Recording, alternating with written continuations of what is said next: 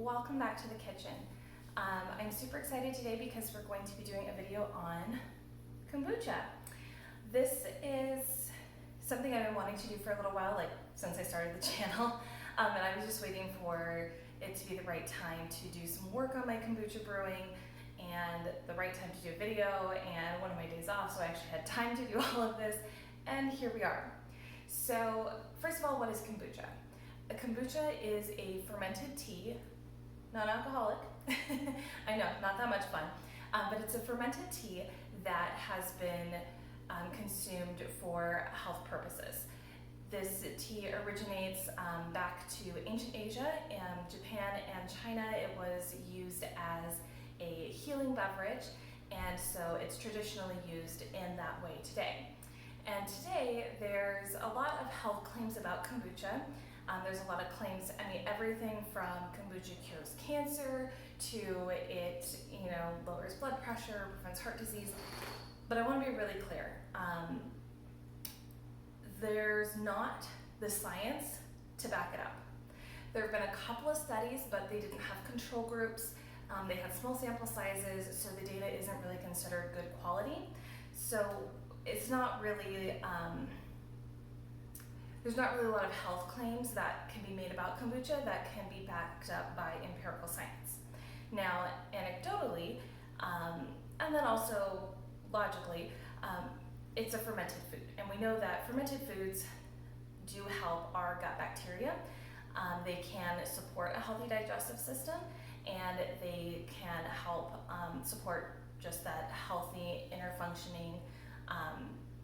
And so that's commonly what people talk about when they talk about kombucha is the probiotics.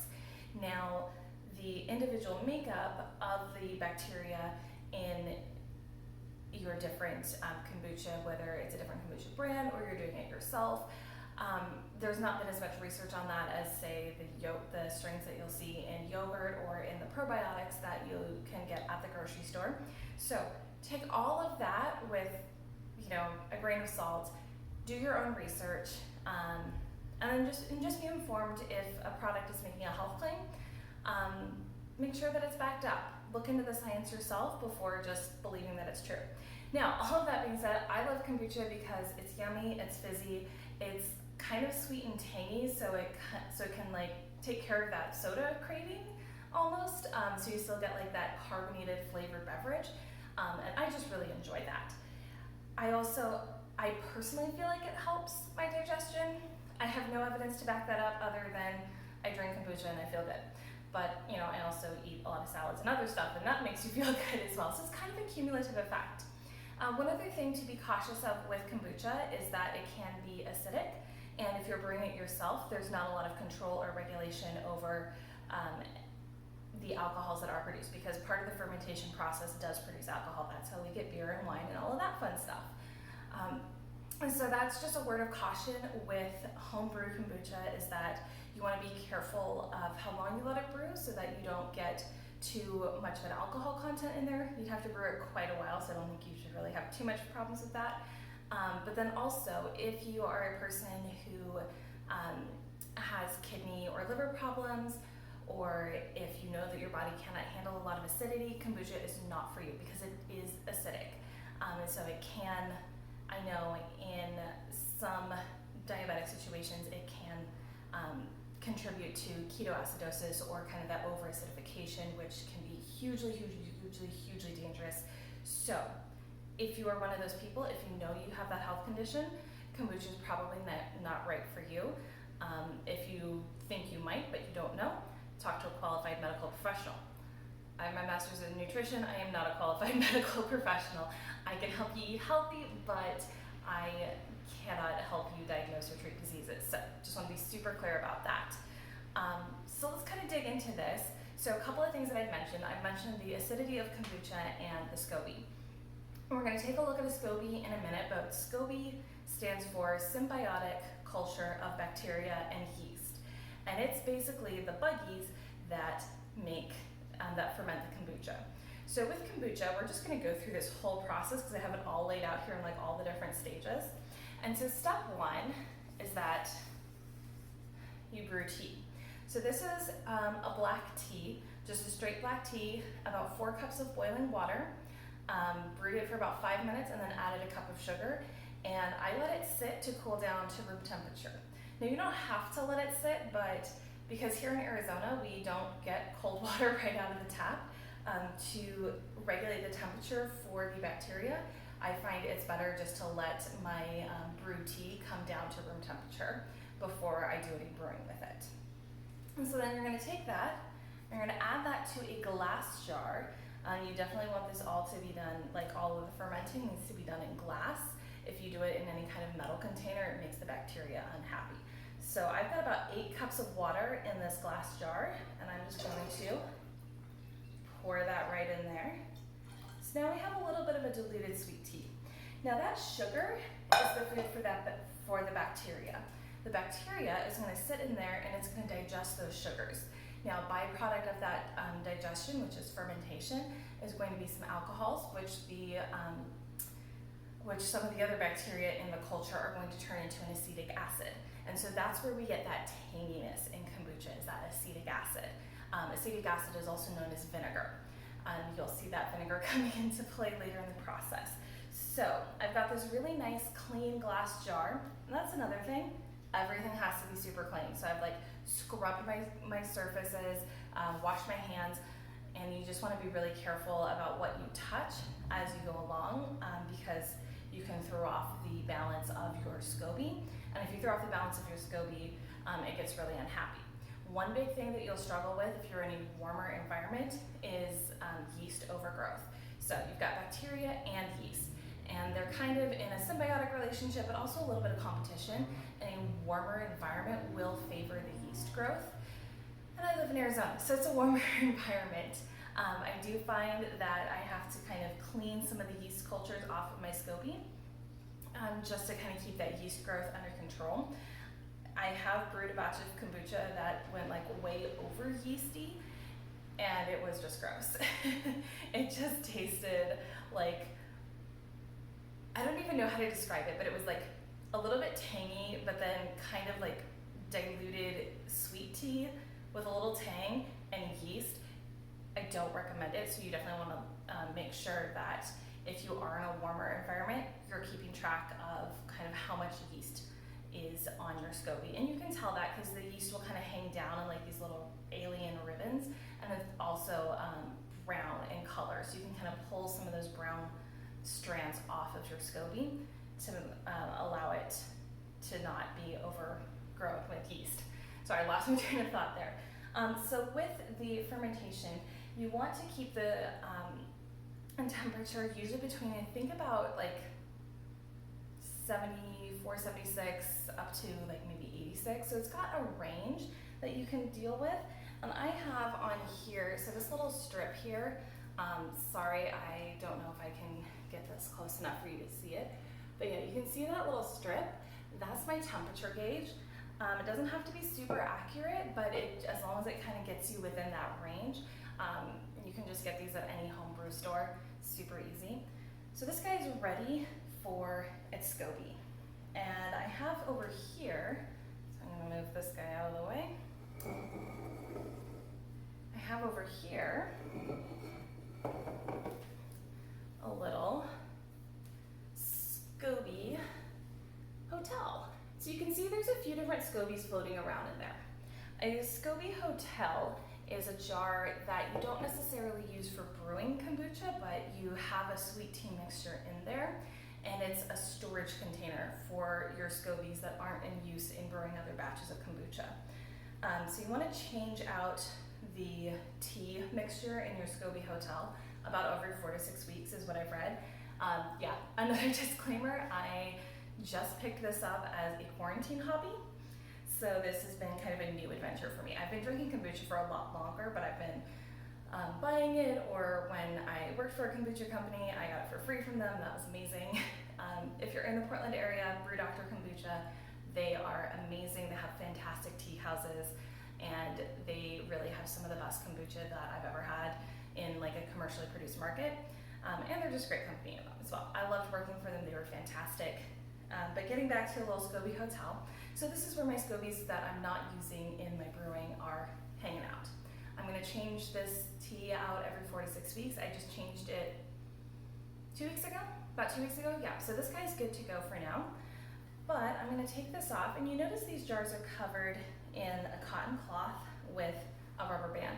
This allows there to be airflow so that they are not stagnated and so they don't get suffocated, essentially. All right, and so then I'm going to take my super clean hands, and I'm going to reach in here, and I'm just going to grab the first Scoby off the top because he's just sitting there. He's easy to grab. Now you can see, I'm going to drop all over my counter to do this, but this is what a Scoby looks like. It's kind of like this little pancake, and you can see all that brown. That's a lot of that yeast.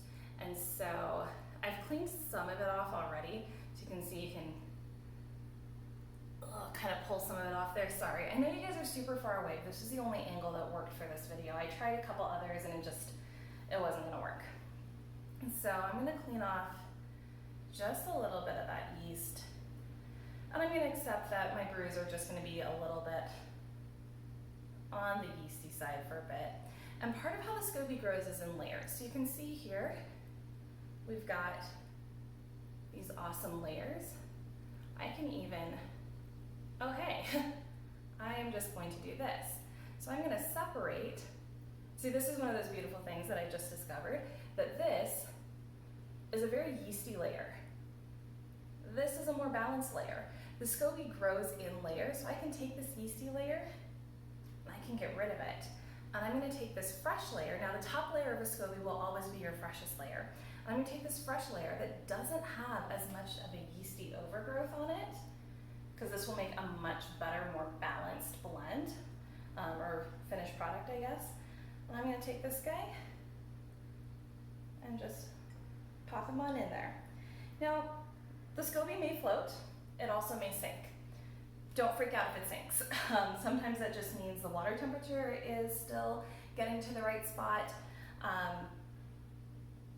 Other times it's just fluid dynamics of why it sinks. I got freaked out the first time my Scoby sank. I was like, oh no, I thought it was supposed to be floating at the top. It eventually made its way back up to the top and it was fine.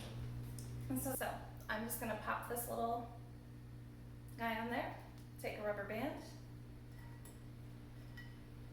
get that around the rim, and there we go. This guy's all set up. Given that I do live in a warmer climate,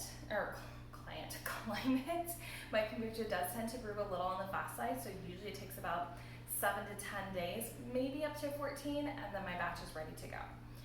So this guy is just gonna sit back in a corner for a little bit. We're gonna set him off to the side though.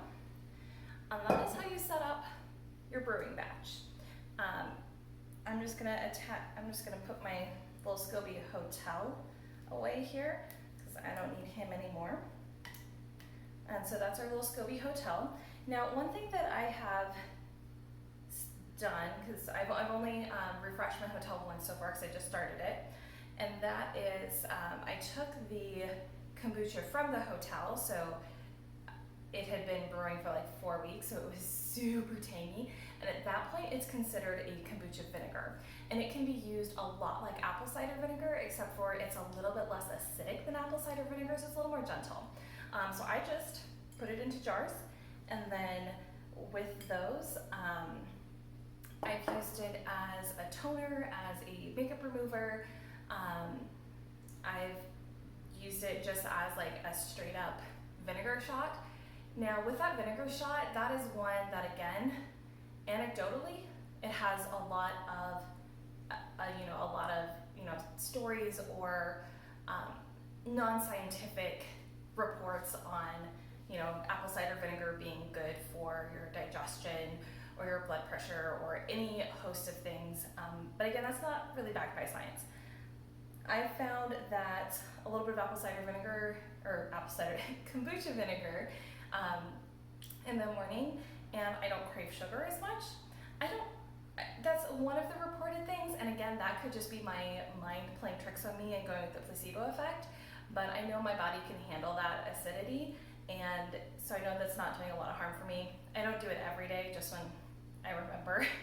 I do find that I do tend to get like a little bit of flush of heat with it, so it kind of feels like it's revving up my system in the morning. But that's just what I feel. There's no science behind that whatsoever, just to make that perfectly clear. And I'm not recommending that. It's something that you can self-experiment with if you are a healthy individual that knows that will not put you into ketoacidosis, which is a condition where your body over-acidifies and it starts shutting down the organs. It's really not a good thing. You don't want to mess with it.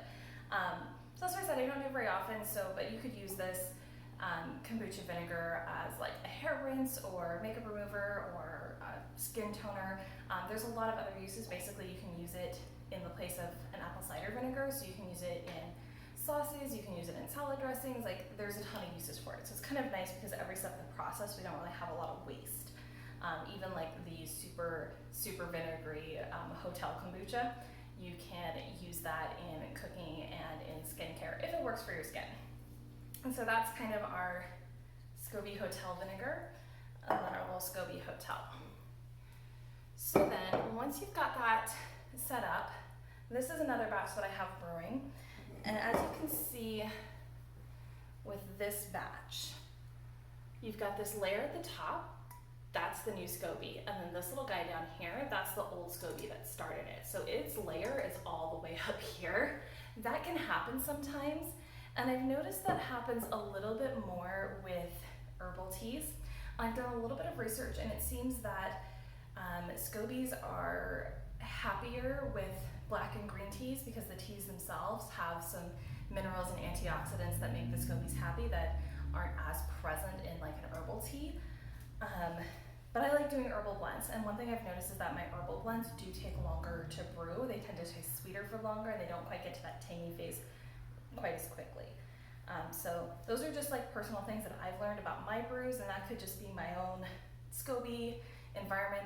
That's the thing with brewing, is like it's going to be really different depending on the temperature of your environment, depending on the Scoby that you started with, how often you're taking care of it, all that kind of stuff. So it's really highly variable and very experimental, which totally is up my alley. I love it. It's so much fun. I feel like every time I do a new brew, I learn something new about the process. So it's super exciting and really fun. So then this is a rosehip and hibiscus tea, and I'm really excited to keep working with this one. Now, how do you tell when your kombucha is ready? I'm going to show you. So this is just a little syringe. So that guy right there, nothing super fancy. I'm going to take this guy, open up, squeeze out all the air, and I'm just going to poke it down. And see, that Scoby does not want to let me go down there. There we go. So I'm going to get down underneath that new layer of Scoby. I'm going to pull up some and squirt it in my mouth. It's not quite ready. It's starting to get that tang, but it's still a little bit too sweet. Yeah, I want it a little tangier. Yeah. But it's got a really nice, like, fruity taste to it. So with the rosehip and hibiscus, I'm really excited about that. I like my kombucha to be a little bit tangier. Some people like it a little bit sweeter, so you can really customize it. If you want to get super exact, most kits will come with pH strips that you can test it with, and your kombucha should be down around, I have a cheat sheet on my fridge here. Yes, finished kombucha should usually be between like 2.5 or 2.5 and 3.5 on a pH scale, so fairly acidic. And most kombucha starter kits will have pH strips where you can test it. I did a bunch of research and found that pretty much if it tastes right, you're probably gonna be okay. My first few batches, I did do the test strips. I've kind of stopped doing that now because I've kind of gotten a feel for it. So this will probably be about another 4 or 5 days, and then it'll be ready.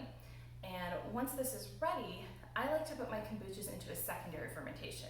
It's totally optional. You can take it from that first fermentation, bottle it, jar it, stick it in the fridge, you're good to go. I like to do the second fermentation because I like bubbles and I like to add other flavors. So when you go into that secondary fermentation, it's going to increase the carbonation levels, and that is a great opportunity to add in other flavors.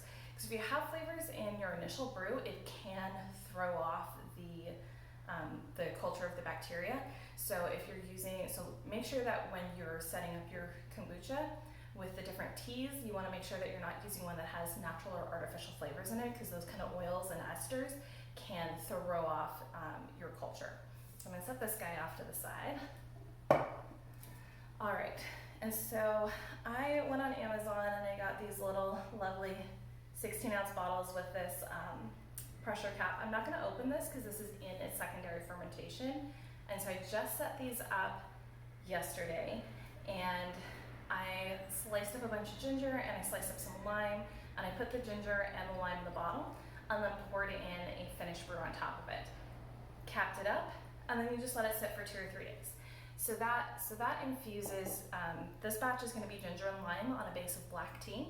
So it's going to infuse it with that ginger and lime flavor in the secondary fermentation. You can use fruits, you can use veggies, you can use herbs, dried or fresh or frozen, all of the above. I did fresh ginger and fresh lime for this, and what will happen is that the bacteria that remain in the liquid, so there's no Scoby in here, but there's still going to be bacteria in the liquid because it's not all concentrated just in the Scoby. So that bacteria and yeast that are still in that liquid are going to start fermenting the sugars and the carbohydrates from the ginger and the lime, which is going to infuse the flavor into the kombucha and also create that extra bubbliness. I'm going to probably let this sit for another day and a half, and then I'll move it to the fridge. That drop in temperature will stop the fermentation process, and then I will have fizzy, wonderful ginger lime kombucha. My plans for the rosehip and hibiscus, I'm going to do half of it with cucumber and lime and the other half with ginger, and it's going to be absolutely amazing. So there is start to finish plus maintenance kombucha 101, I guess. And I will say this is not comprehensive. There's a ton that I'm still learning about this. This is a new project for me, but I just kind of wanted to share what I'm doing, kind of the basics, like little beginner friendly, easy, learn a little bit more about it, a little bit more about the process. If you are not into doing your own home brewing, you can definitely check out some kombuchas in the store.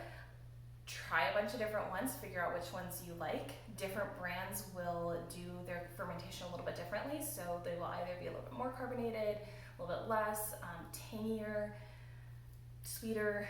The June kombuchas are made with honey, and they tend to be a lot sweeter, so if you're looking for something that is lower in sugars, you're going to want to stay away from necessarily the honey kombuchas, because those can be a little bit higher in sugars.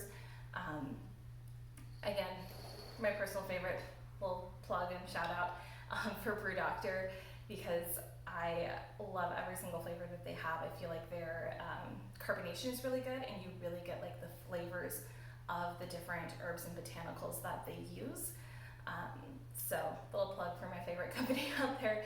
But I also really like Health Aid does some really great kombuchas. That's another really great one. Okay, those are really my favorites, Health Aid and Brew Doctor. But there's a lot of different ones out there. So try a few, see what flavors you like. And if you are inspired to do your own and brew your own, do your research. There's a lot of amazing websites out there that will talk you through every step of the process, and will have links to resources and information about home brewing or about the benefits or the negatives. Just make sure that when you do your research, check the source. Make sure that it is a source that looks at the science and not just what people say, because that's a huge thing. Like, that's the anecdotal side of it. People can say that a beverage or a food has all these benefits. Doesn't necessarily mean that it does, also doesn't mean that it doesn't. So just take everything with a grain of salt. Try to look at the research if you can. Unfortunately, with more natural things like kombucha, there's not as much mainstream or, not mainstream I guess, but like empirical research on it. So looking at numbers and data rather than just personal anecdotes or personal stories. So hopefully there will be more of that in the future. Just make sure that if you are brewing at home, don't brew it too long, otherwise you're going to get alcoholic kombucha, which can be fun. And make sure that you are watching the acid levels and that you are not going to be doing harm to yourself by consuming kombucha. So consume it with care, consume it with respect for your body and your health. That is all I have for you today. Thank you so much for hanging out with me and sharing in this little passion project. I would love to try to answer any questions that you have. I will most likely do a lot of research and then get back to you, but you can always drop a comment. Let me know if you have anything that you're curious about, any questions, anything that in my ramble was super unclear. I'm so happy to clarify or to talk about it more. Like and subscribe if you would like to see more videos, more yoga, more breath work, more chats about nutritional trends. It's all coming your way, and I'm so excited that you guys are with me on this journey. Bye.